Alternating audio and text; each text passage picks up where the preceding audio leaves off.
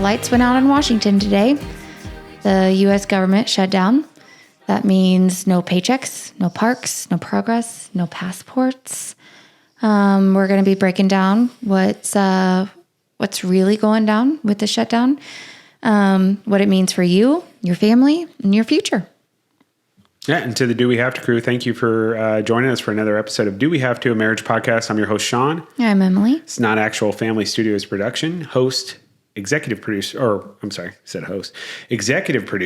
Colin, Smedium, Mascal. Yeah. And we got a wonderful show for you today, guys. Obviously, Emily just mentioned the main topic. We're going to be talking about the government shutdown. What does that even mean? What does that entail? How does it affect us? How does it affect married couples? But how does it just affect us in general as individuals, right? And then, of course, we're just going to continue on with our wonderful show segments that we normally bring you every week. Yep. 90s nostalgia and our wonderful Let's Get Deep by Relatable. Yeah, we're going to check in with Peloton. Our Peloton crew got some exciting news today through Peloton, so I'm excited to chat about that. Absolutely. And then we'll end the show, of course, with all of our wonderful socials. And of course, you're getting this show right now, youtube.com/ Do We Have To, a marriage podcast. And of course, we're available on pretty much every major social media outlet, as well as all major podcast apps. Yeah. So 90s Nostalgia M, September 28th through October 4th. Yeah. Some interesting things have occurred, some so not so much, but I think I know one of these. Really? Yeah. Oh, no, I disagree. I think once we start talking about this a little bit, I guess there's some things, but I don't know. I think we're going to be good here. I think people are going to enjoy this. And there's, some good music. There's some movies. There's some world events. Yeah. It's all good. Emily and I are babies of the 80s, children of the 90s. We grew up on, we lived through startup internet, which that sadly ended the other day. AOL actually just brought down their dial-up internet. And did they really? Yeah, they did. That AOL sound will be forever known. Yeah. Yep. Yeah. And there's so many people that have no idea what I'm talking about right now, potentially. No. The 20 people that are listening to the show, and but it's a crazy time. But we grew up with the Beanie Babies and the Nintendos and all the fun things, Power Rangers, Transformers, all that good stuff, and we love talking about 90s nostalgia. And so for this week, from September 28th through October 4th, October 1st, let's go in chronological order. October 4th, 1990, big world event. East Germany's aviation authority merges into West Germany's, which is a symbolic post-Cold War combination of the Berlin Wall movement. Yeah, I don't know. You don't really? Not at all? No. You remember tearing down the wall, right? Yeah, The Scubberjet, tear that wall down. Remember Reagan? No? No, Do you not remember the famous quote? I've heard it, but I don't remember physically hearing. Crazy. Dad, Papa Ron, my dad, he was in Frankfurt when that wall was still up. And so when he would travel to work in the morning, he would pass through the wall temporarily to get to because he did embassy duty. He did embassy duty all over the world. And the wall was still up and in play when he was doing embassy duty over in Frankfurt. Wow. Yeah, isn't that crazy? That's pretty cool. Yeah. So, but no, it was one of those things. It was kind of the significance of the end of the Cold War, that time where the USSR was starting to break apart. And kind of you see the global geopolitical situation that we've got going on today. A lot of the things that happened and how Russia broke up are affecting that today and what we're dealing with now with Russia and Ukraine. It's a mess. Yeah, but it's part of it, right? And at one point, Germany was split in half, which I don't think there's a ton of people that don't realize that Germany was split into East Germany and West Germany for a period of time, which again, control of that was kind of between, obviously, the allied powers of the United States and Europe, and then, of course, Russia and then the communist side of things. That's how that all worked. Got it. Yep. Let's see here. October 2nd, 1992, Glenn Ross released. You really don't know this movie? No. You know who? Listen to this cast. You ready for this? Yeah. Al Pacino, Jack Lemmon. The guy from Grumpy Old Men. Well, I hate saying that because the Odd Couple, Grumpy Old Men, did a bunch of stuff with Walter Matthau. Oh, I know Walter. You know what I'm talking Matthau. about? Yeah. The other guy that's opposite of him in multiple things, right? Okay. Alec Baldwin, Nice. Alan Larkin. He's been in a ton of stuff. Okay. Remember we watched, what movie was it? Grosse Point Blank? Yeah. Remember, what's the main character in that? I love him very much. What the hell is his name in real life? Oh my God, why can't I know that? John Cusack. Okay. The therapist he's seeing. Remember he's seeing a therapist to talk about being a hitman Oh. before he goes? Yeah. That's Alan Larkin. Oh, okay. Okay. All right. And then Ed Harris. Oh. Yeah. A huge cast. And you know what it's about? No. Real estate agency. Not kidding you.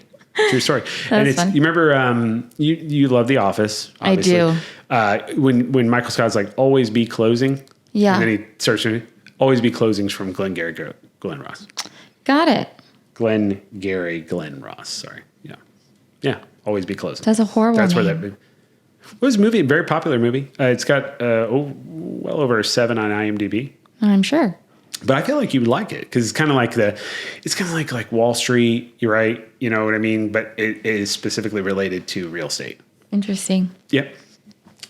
Let's see here. October 1st, 1993, MTV Latin America launches, expanded MTV's reach globally, fueling the Latin pop explosion. I don't remember there being, well, you know what? Actually, I do. Late 90s, I remember there being in MTV Latin America. Do you remember that at all? That was it was a separate channel. Like if you had the full cable package. We did not. Yeah, poor Emily. She grew up not in a bad way. It was actually probably a positive thing for you. But Emily didn't have the full cable package, so she did not have MTV Latin America. I don't even know. It's like ESPN in Spanish. I think right? we got. You know what I mean? I think we got MTV when I was in like high school. Really? Yeah. That's when you first watched MTV? Yeah. Fair enough. All right. It was very much middle school, like early middle school for me. Yeah. No. But that's when they started expanding globally. I mean, MTV obviously was a big thing, even in the 80s, like rock and wrestling, like Hulk Hogan, Cyndi Lauper, like all that stuff.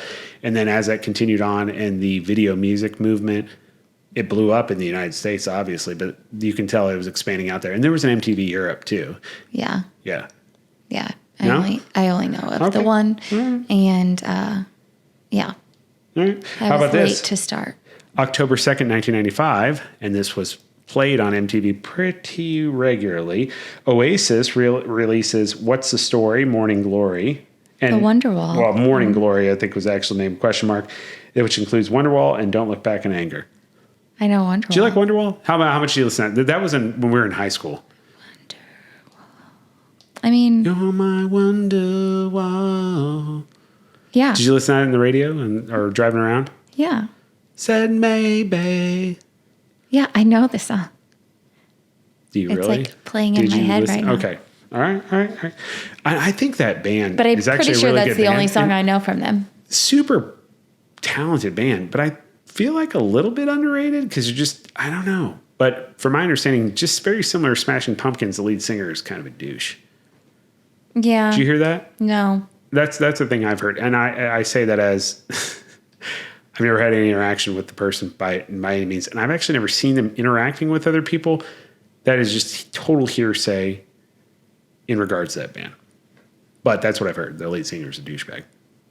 That does, I mean, that's not like Oasis? it's an uncommon thing. Yeah. It's not like it's an uncommon thing with bands.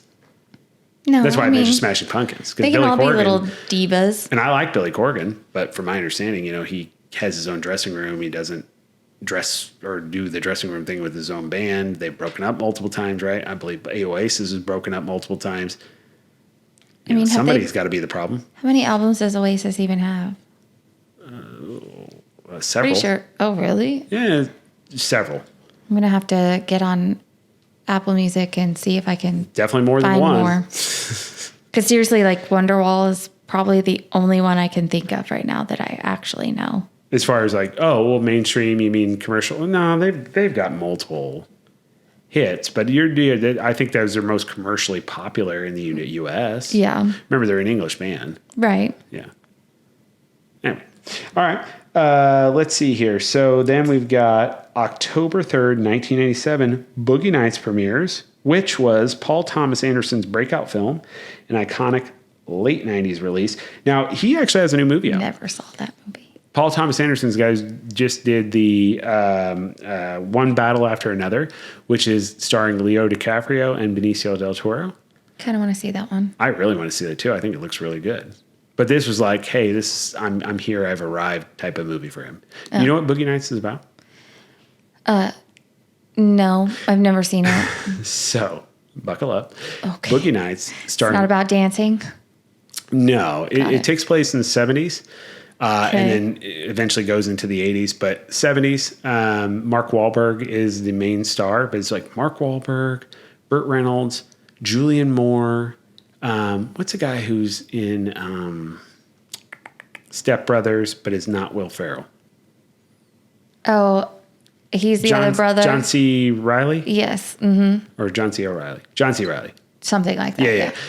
They're in that. So he plays it's loosely based off of John Holmes, the story of John Holmes. I don't know if you know who that is. He's a porn star. Oh, well. And there was a very famous event that occurred where essentially John Holmes was associated with like a person getting murdered during a bad drug deal. And then there's obviously this whole life of being a porn star and the things that he had to deal with, addiction and all those sorts of things. Well, John Holmes eventually died from AIDS. This movie itself is more about how this person got into the porn industry, the effects that the porn industry had on him, and also his home environment. Yeah. And then eventually did have that kind of event where a person gets murdered. Thomas Jane. You know Thomas Jane? I'm trying to think. I don't know any porn stars. No. Famous actor. Well, I mean, I shouldn't say famous. Like he's, fucking the best of all time. But Thomas Jane's been in a ton of stuff. Blonde guy from, he was the original theatrical Punisher before or right after Dolph Lundgren. He also... I don't know anything about the Punisher. I'm trying to think of what you would see him in that you would have watched. But I can't for the life of me even think of that. He's been in a ton of movies. If he was in The Punisher, was he in Batman? Oh, yes. Thank you. Thank you so much. He is Two-Face in the Christian Bale Batmans. Is that Thomas Jane? No, that's not Thomas Jane. Oh. That's not Thomas Jane. No, damn it. It's not Thomas Jane.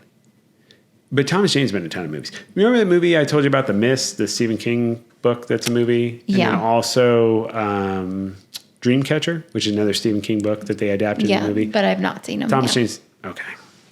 I can't help you if you don't ever watch movies. But Thomas Jane's a good actor. He was in that movie. He's the one who ends up getting shot in the movie. But Boogie Nights is really, really good. I mean, there's a huge cast. Yeah, sounds like it. I'm trying to remember who else. There's other people. Guy from Kansas City that was also in Crash. He plays War Machine in all the Marvel movies. I really wish, I don't know what it is. When we get on this podcast, like, you know me, I can just regurgitate actors, actresses, movies. We get on this, and unless I have notes in front of me, I can't remember. Don Cheadle. Thank you. Remember Don Cheadle? Yeah, I didn't know he was from Kansas City. Yeah. Uh-huh. Oh, that's really cool. He had a nephew that played for Mizzou. Nice. Played a cornerback for him. But yeah, no, he's in it too. Plays a porn star in the movie as well. Oh, and also Philip Seymour Hoffman's in it. There's more than just that too. There's multiple Academy Award winners that are in this. William H. Macy is in it. William H. Macy shoots himself in the movie.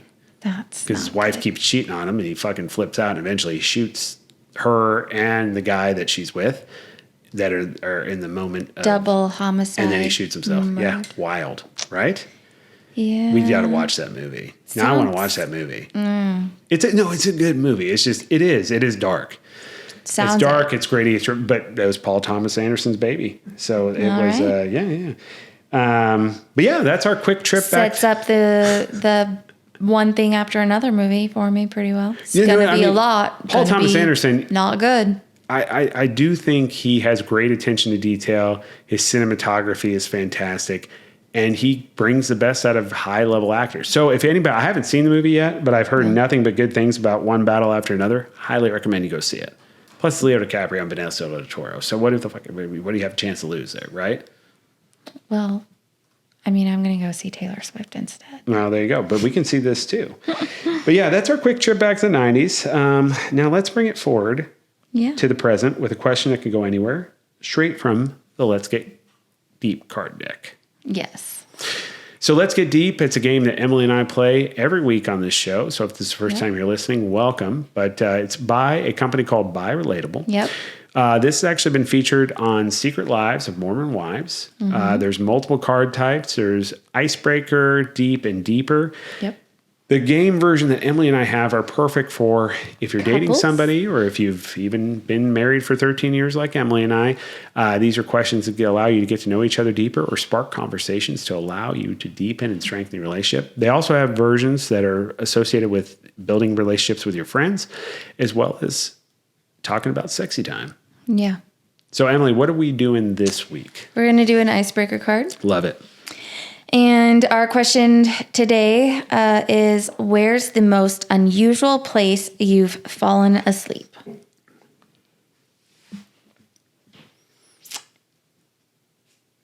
want me to go or do you want to go? I know my answer. Yeah, I'll let you go. I mean, I guess it's really not that unusual. But for me, it's unusual. Right after our honeymoon, Emily and I went to Mexico for our honeymoon. We did. So we stayed at the Riviera Maya. Yep, We had a lot of fun. we did. We did get it all inclusive. And I think for anybody that has been down to Mexico and done an all inclusive, it's all you can eat, all you can drink, right? So pretty much from, I would say about 8 o'clock in the morning till, what do you think, babe? 7, 8 o'clock at night? Yep, We were drinking. yep. I don't think I've ever done that before. Even in college, that was not a regular consistent thing. You have Thursday through Sunday, basically, right? And even then, I didn't do that.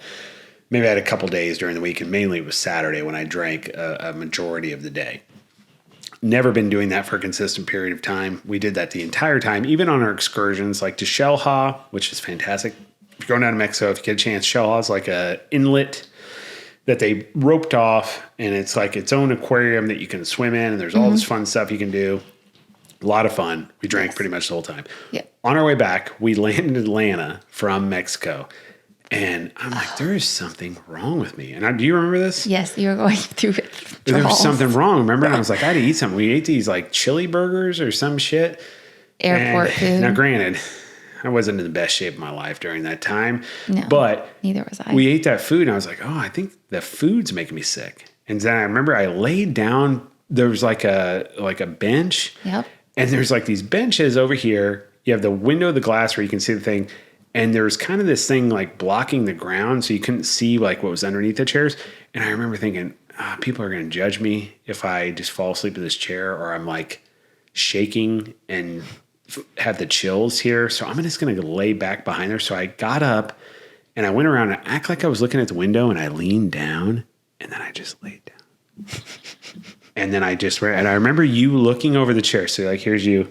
And you're like, are you okay? And I'm like here, and I'm just shaking and everything. I was like, I think I have the flu. Going through withdrawals. And we realized maybe like a couple weeks later, we were talking about it. You probably have an alcohol withdrawals. Yeah. Very Nick Cage leaving Las Vegas. Yeah. That's for me. Yep. Yeah. It was probably a combination of things of why it was the weirdest. Well, how about you? Mine would probably be college. Good start. Maryville is the weirdest place you slept? No. It would be the booth at the bar. Oh, really? You fell asleep? What bar? Oddly enough, and not odd, is the Palms. Oh, yeah. Shout out Aunt Jess and Uncle Jeff. Last time we were at the Palms, we were with them. Fell asleep in our booth. We all had claimed booths. If you went to Maryville, you understand. Fell asleep in our booth. I don't even know What's when. your booth? There's like 6 booths in that place. Yeah, it was the one. Shout out Northwest Missouri State, by the way. It was the last one before the door. Bearcats. Like the last one before the Back door or front to the door? garden. Yeah, to the beer garden. So back door. Yeah. Yeah, that's an interesting. So it's a dive bar in Maryville, Missouri. If you're not familiar with Missouri, it's a small not town there in Northwest anymore. Missouri. Oh, it's gone? Palms doesn't exist anymore? I don't. It's one of my favorite Aunt Jess and Uncle Jeff stories. And I'm not going to go into details on it. But what I will say is that the bartender was not kind to my wonderful, who I consider sister Aunt Jess, and rightfully so. She got hot about it. And my son's godmother, when she gets mad, she gets mad. I've known her since we were kids. You leave her the fuck alone. Yeah, and I tried to fix it. Poor Emily. And I tried telling you 50,000 times that night, don't go over there and try to I know, but like the bartender was rude to me too. So I kind of wanted to. The bartender was being a dick. Whoever, hey, back, what year was that? Well, we were celebrating our 30th. So that was 10 years ago. Whoever's bartender at the Palms 10 years ago, Saturday night during football season, you're a fucking asshole. And you don't treat your alumni very well. And that's very disappointing. You need to, check yourself on that. Or maybe you shouldn't go backwards to celebrate your 30th. No, not at all. You can. And people need to be respectful of that. Here's the thing. These higher institutions of learning only exist because of alumni and fundraising and federal aid. That's pretty much the fucking, for public. Yeah. That's it. So you respect your fucking elders when they're there. And when they want to celebrate their 30th birthday and they want to have a good time and let loose and just go live some nostalgia, shout out 90s nostalgia, they want to fucking do it. And Aunt Jess wasn't treated right, and rightfully so. She got hot about it. But Aunt Jess, who I love more than anything in the whole world, when she gets mad, you leave her the fuck alone. And she corrects herself. You don't need to talk her down. She'll figure it out. And she said, what did you try to do, Em? Tried to talk her down. You did. And how'd that work out? Not well. Aunt Jess made Emily cry that night. She did. It was fantastic. And you came over and I was like, you like what happened? No. Like how that went down? Is that how you thought it would go? No. We love you, Aunt Jess. We do. One of my favorite nights of all time. Yeah. Celebrating 25 was really bad for me. Celebrating 30 was really bad for her. Me too. I think her and I were both in the same mindset where it was depressing. A lot of times her and I align a ton is how we feel about things. Yeah. Which is why, we've always just been close in that way. Feel the exact same way. I'm curious to see what she thinks about 40. Because that's coming up. Skip that. Yeah. No, not at all. Not at all. But Just I'll be curious to see what she thinks Jess. about that. Yeah. But yeah. But yeah, I fell asleep in the booth. I don't know if I necessarily fell asleep or passed out, but neither way, I was sleeping. And I'm pretty sure one of my friends had to carry me home. Carry you home? Well, we lived right down the street, so it's not like it was far. Have we talked about this before? Does people know about the rule or the law in Maryville? Yeah, we've talked about it. We have? Yeah. Well, for the Do We Have to crew that hasn't listened to previous episodes, we're on episode, 39? Yeah. We'll probably talk about this episode 10, 12, whatever. In Maryville, there's a law that if more than 5 women live together, it's considered a brothel. Super fucked. Sure. We're going to be talking about politics here shortly, so just buckle up. We're not going to be talking about that. The people, the ladies who would be living together, whatever, they had to be mindful about how many lived in the same house, otherwise it'd be considered a brothel.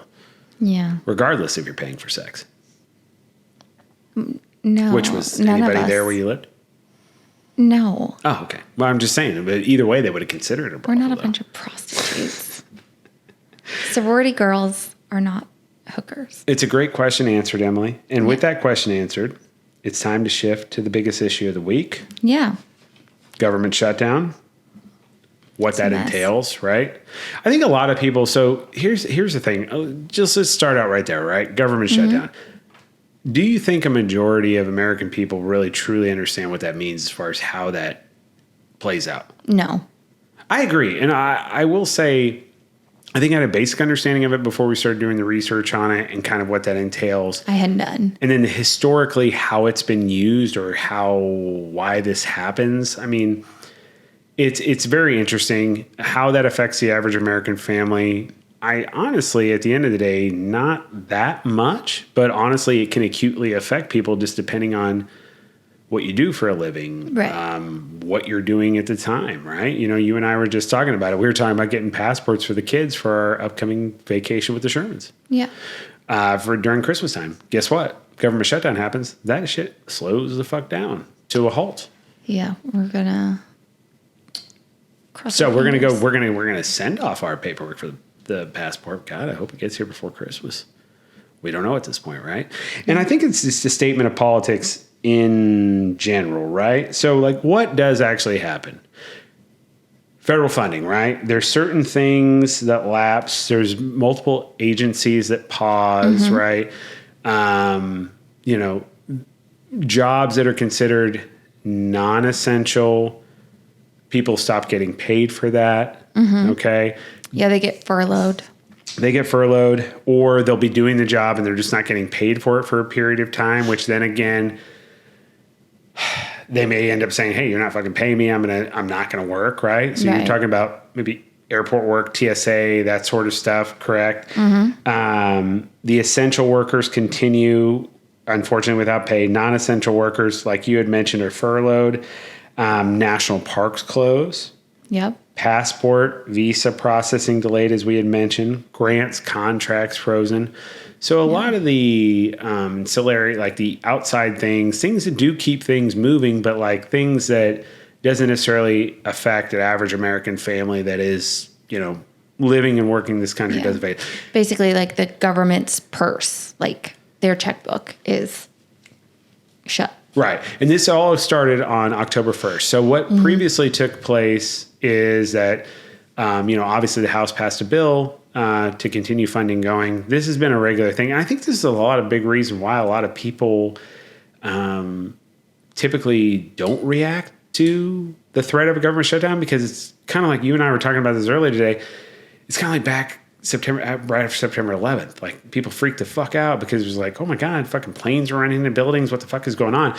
All of a sudden, every day you're inundated with a color of a threat of another terrorist attack. Well, guess what happened after 6-7 months? Like the orange threat orange, days, red, whatever it was. Nobody cared you anymore. got numb to it, right? Yeah.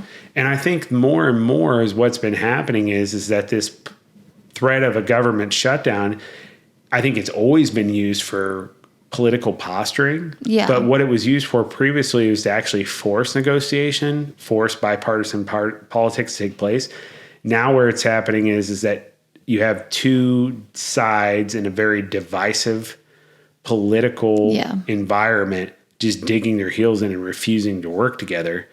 Well, and now we're in the process of actual shutdown because people aren't getting things done. No. And I think it's important to note that this is the first actual shutdown for the last 7 years. Like this is like the first one. It happened the last time this administration, well, I shouldn't say this administration, but this president was in power. And I'm not in no way am I trying to shit on anybody or who the president is at this point in time. Obviously Emily and I have talked about this many times where we voted Democrat. That's where our values typically align. But I do think this speaks more to the divisive nature of politics that we're currently in, where there's nothing about this that has anything to do with benefiting the average American citizen. Not specifically like individually one person, groups of people are affected. Well, right. But I'm just saying there's just not the thought of actually, it seems like thinking about how we're going to properly serve the left, the right, and the middle, which I would say we tend to go more towards the middle, how these things are going to affect them on a day-to-day basis. I don't think that's really being thought of anymore. I think you're really seeing extremist politics happening where we're catering to very small minorities of the political parties on each side.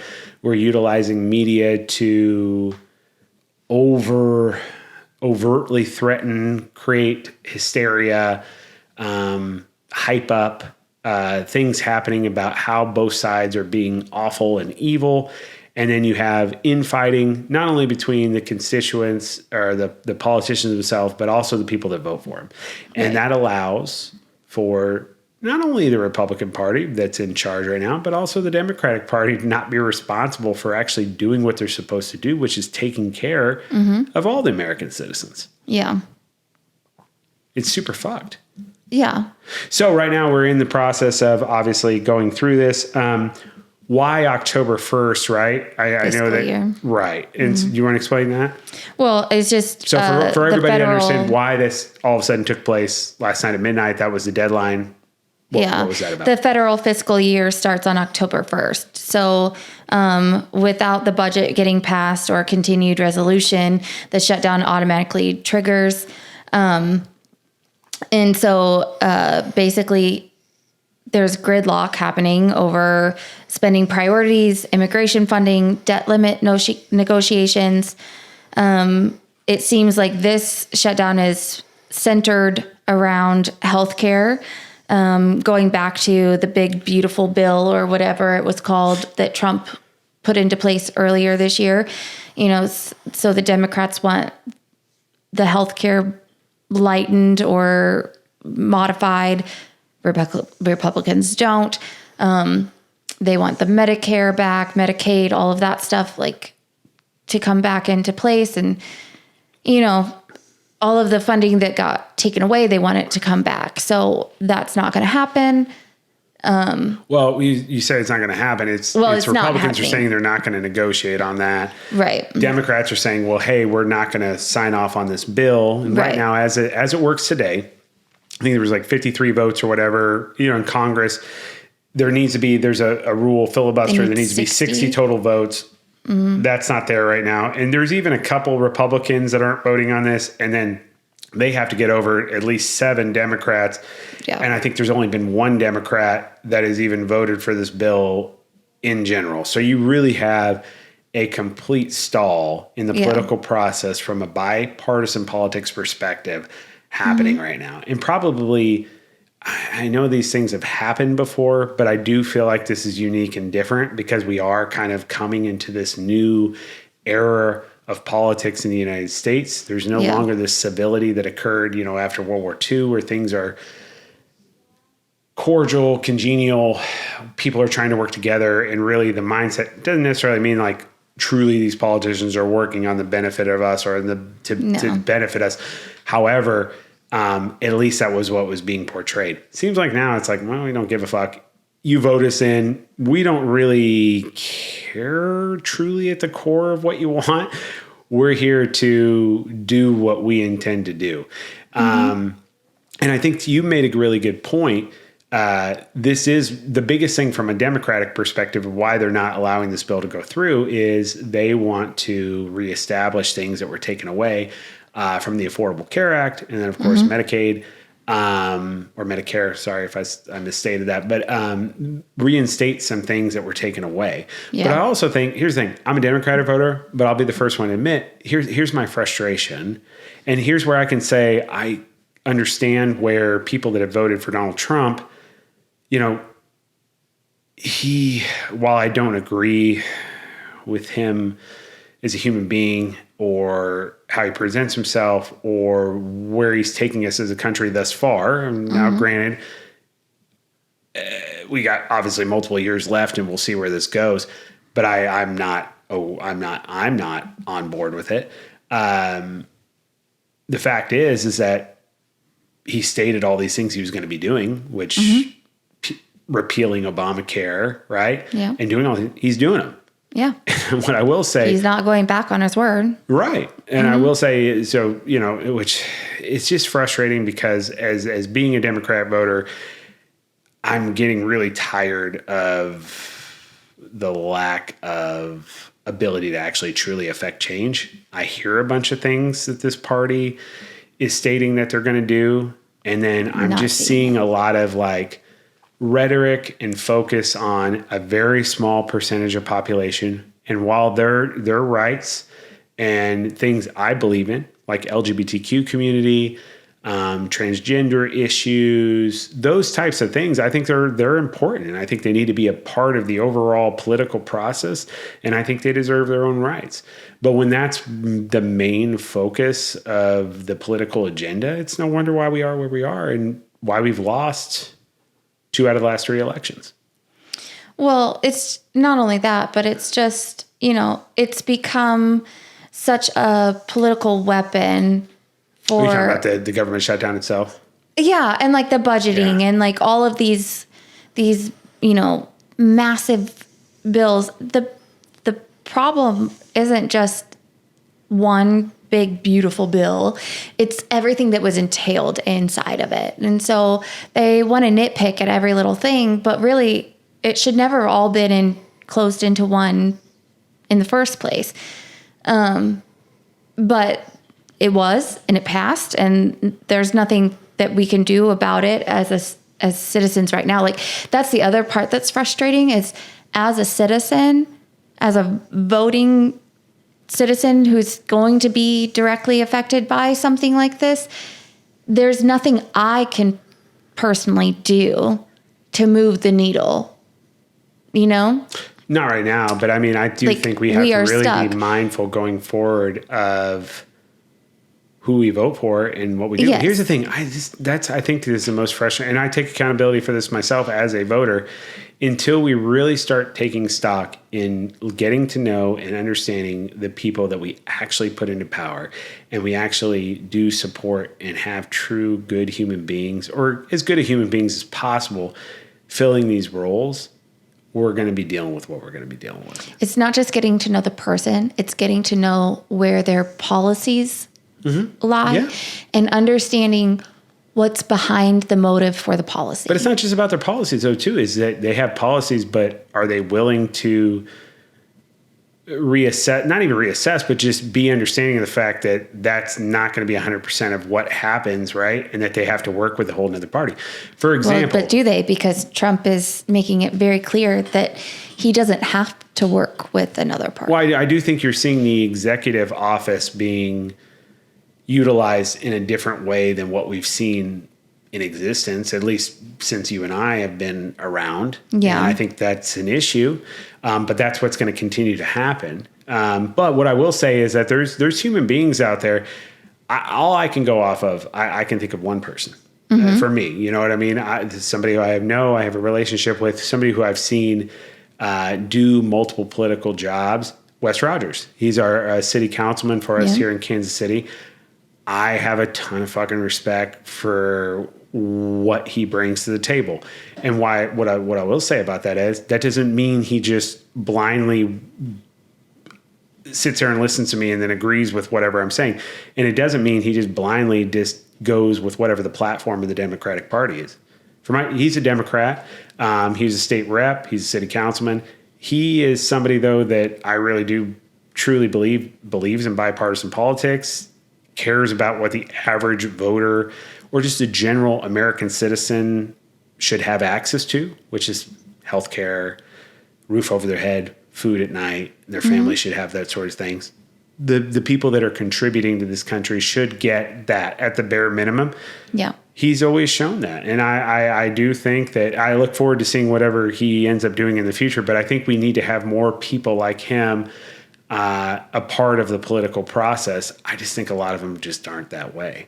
I think that's where that compromise is missing. Like, nobody right now is willing to compromise. Yeah. Everybody has their heels dug in. And unfortunately, they're not really going to be the ones affected by it. Us. Well, they could stay. That's the worst part. They still get a fucking paycheck. Right. They argue. They shit on all of us in the sense, when I say they shit on all of us, all they want us to be doing is fighting with each other. And that's the side I voted for just as much as the side that I'm not going to vote for. They want us to be fighting with each other. They do. They want to push their agenda. Yeah. And then ultimately what happens. And then this is all posturing. And here's the thing that's frustrating about it. So I do feel like the expectation is that it's a Republican-controlled Senate, right? It's a Republican-controlled House. It's a Republican-controlled White House. So Democrats are going to look at this and say, well, it's their fault. Well, nobody wants to take responsibility for it. Well, no, I'm just saying traditionally, whoever's in charge from a government perspective, that's who looked at as at fault. Mm-hmm. We're in a completely different era of politics. They don't fucking care. And if you're thinking that's going to give you some sort of control in the future in this next presidential race, it's not going to do it. And you're just doing the same shit over and over again, expecting a different result, which is the definition of insanity. And I just don't understand it. You guys have had, on the Democratic side, you guys have had plenty of fucking time to figure this, at least have a path forward strategically, have a path forward of something, but just be transparent. You're sitting here talking about how, hey, here's what we don't like what they're doing with healthcare, so we're trying to get that back. What specifically are you doing? And hey, I will take responsibility. I haven't been following it as close, but I will say, I just don't think they do a good job. And I'm saying this about the Democratic Party, the party I vote for, the party that I'm a part of. They do a good job of being transparent of what they're trying to actually accomplish and what they really truly intend to do and what their plan is. And why the other side's winning is because even though I don't agree with it all fundamentally, they're saying what they're going to do and they're fucking following through with it. And if you want to relate that back to a marriage podcast, which is what we are, if you're doing things or saying things and you're not following through with them and you're in a relationship, you're losing value as far as what you're bringing to the table as a human being. Well, any relationship that will happen. Yeah. And here's the thing. If you're not working together as partners, Democratic, Republican Party, if you're not working together, you're not paying the bills in the home, you're not taking care of your family properly, you're not seeing eye to eye on things, guess what happens? The fucking lights go out. Yeah. Right? Mm-hmm. That's what's happening here. Yeah. You got two parties. Here's the deal. At the end of the day, you vote Republican, you vote Democrat. The point is our founding fathers built this process to allow for bipartisan politics, meaning that there's a party of conserving resources and there's a party of human and social services. Mm-hmm. They're supposed to go together. They're not supposed to fight each other. And the fact that we've completely lost that as a country is just absolutely insane to me. You're supposed to have both, and they're supposed to keep each other in check. Right. What are we doing? So, I mean, again, as an average American citizen, as a husband, as a father, as your husband, we have to take responsibility for this. We're putting people in power and we're supporting a system that is not doing the things that at the core we're expecting. So why are we continuing to allow that? Right. Just because we don't like the other side so much that we're just willing to put up with whatever happens? So long as we win? It's not fair. It's not right. But, Trump was saying today that layoffs for federal workers could start as early as tomorrow. Vance was like, well, we haven't really decided yet. Well, I guarantee you, if Trump has made it known, something's going to happen. Like he doesn't step off of his word. Well, it's not going to be the shit on Trump show, but it is like, this has already been, I don't know why we're surprised by this. We've literally had the process of government laying off federal employees already. So this doesn't really change that. But what I will say is that all of those people that already lost their job, there's going to be even more. Well, from a services perspective and from those sorts of things, like we're at a point where, to me, it's egregious that I think at the bare minimum, these parties need to come together and figure out how to properly fund the government. Now, how much the government is involved and how that's evolving and changing, fine, whatever.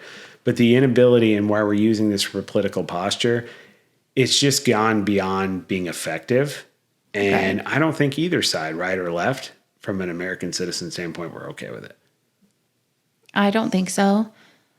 I don't think anyone on any side is happy about it. It's not okay. Whether you're on the right, you voted for Trump, or you're on the left and you didn't.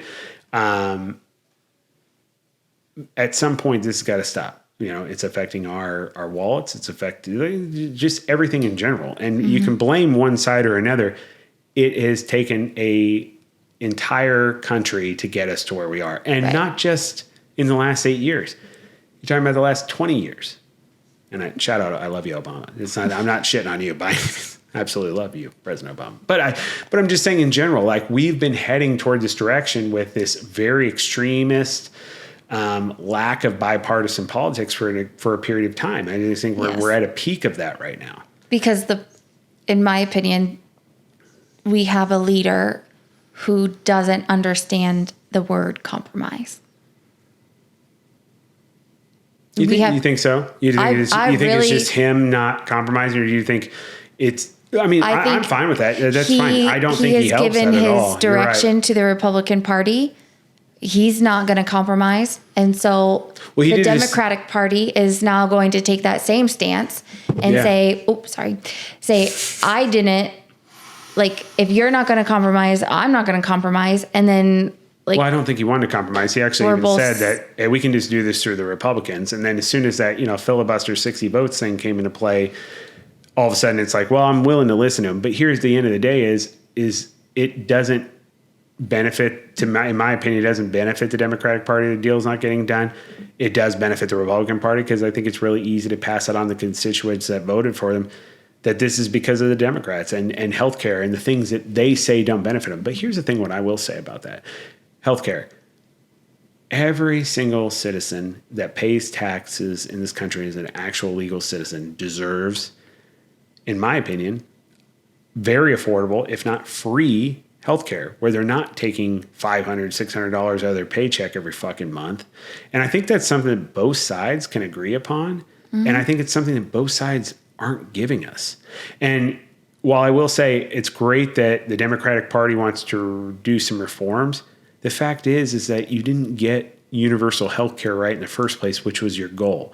And I think that's being a Democratic voter, that's what's frustrating. You say you want to have universal health care, and then you just concede and don't do it. And then you have a party, and I'm not going to vote for them, but you have a party where there's people are saying things that literally make no sense to me as some of the things they want to do or accomplish, but they're fucking doing them. And you're not going to pull over voters that are kind of on the fence or on the line by half-assing your agenda and not following through on it. No, you're going to have to say what you mean and mean what you say.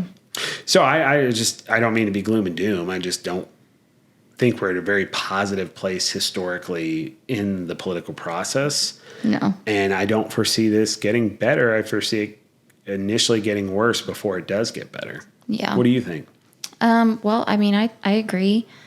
The fact that the House won't be in session at all this week, the Senate returns on Friday. Doesn't matter. Nothing's they gonna. They get get their paycheck, but nothing's gonna get solved. We need our kids' passports before we go on vacation. Please. We can figure that out. I'm joking around saying that, but there's people their lives are being fucking affected. Absolutely. And you guys, at the end of the day, I believe this truly in my core. Literally, besides the one politician I just mentioned earlier, I don't think y'all give a fuck. I just don't believe it. And I'm proven otherwise.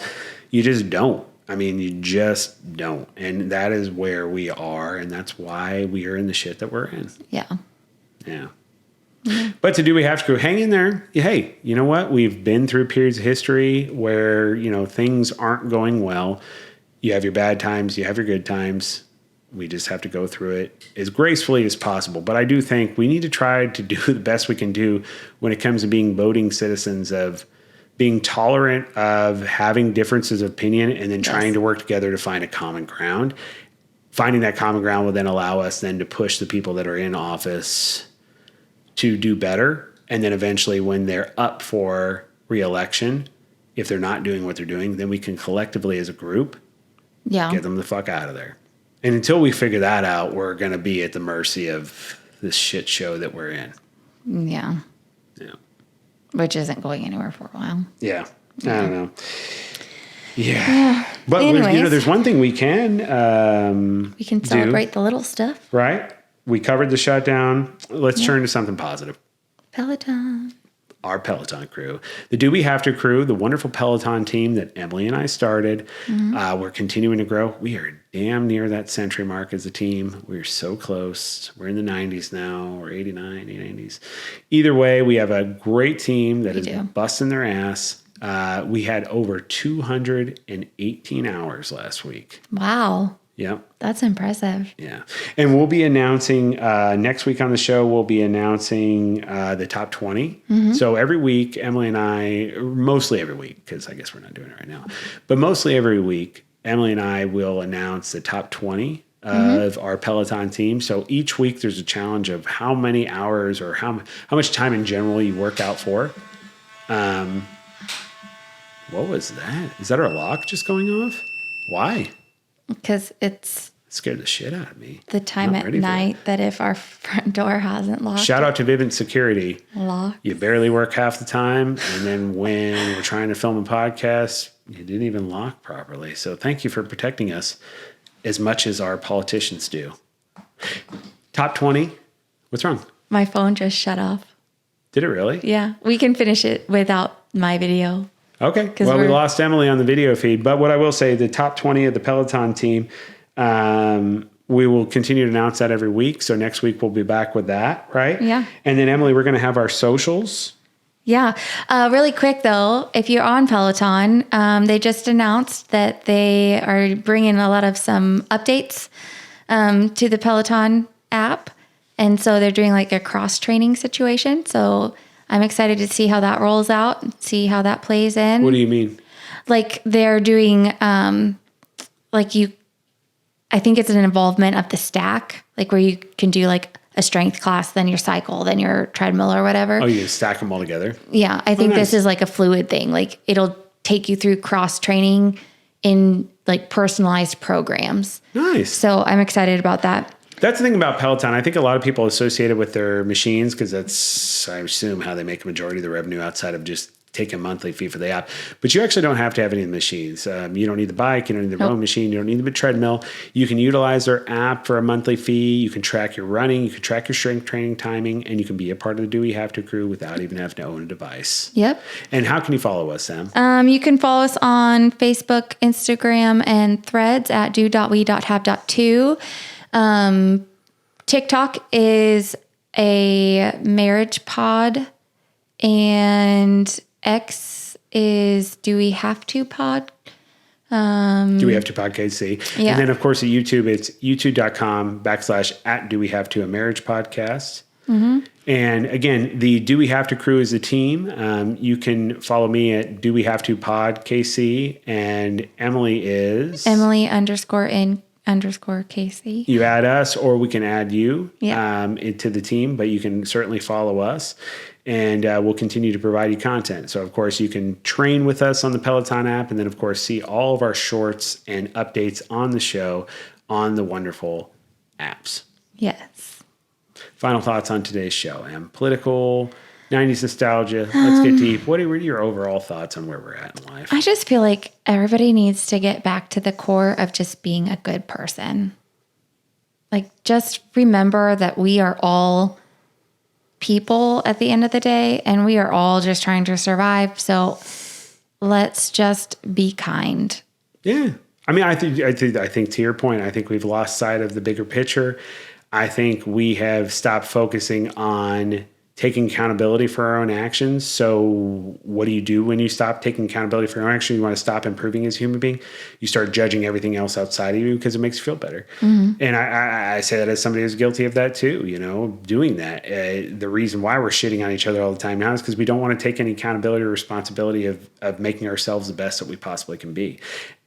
And you're seeing that not only with the individuals that are shitting on each other online, through the media, those sorts of things, but you're seeing that going all the way up to the highest power in the country. Mm-hmm. And that's why we are where we are. And until we make that change, till we start focusing on ourselves and start improving ourselves, which will then trickle down to improving everything else, I think we're going to continue to see this. Yeah. But in the meantime, for the Do We Have To crew, we're going to be right here with you, and we're going to continue bringing content to you.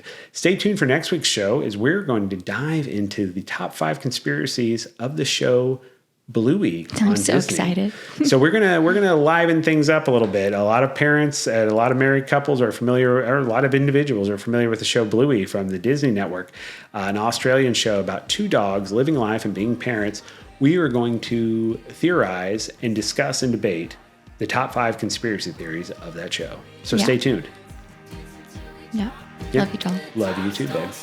Wake up, I'm about to shake up every little thing, show you all that we can be. Come dance in my clothes.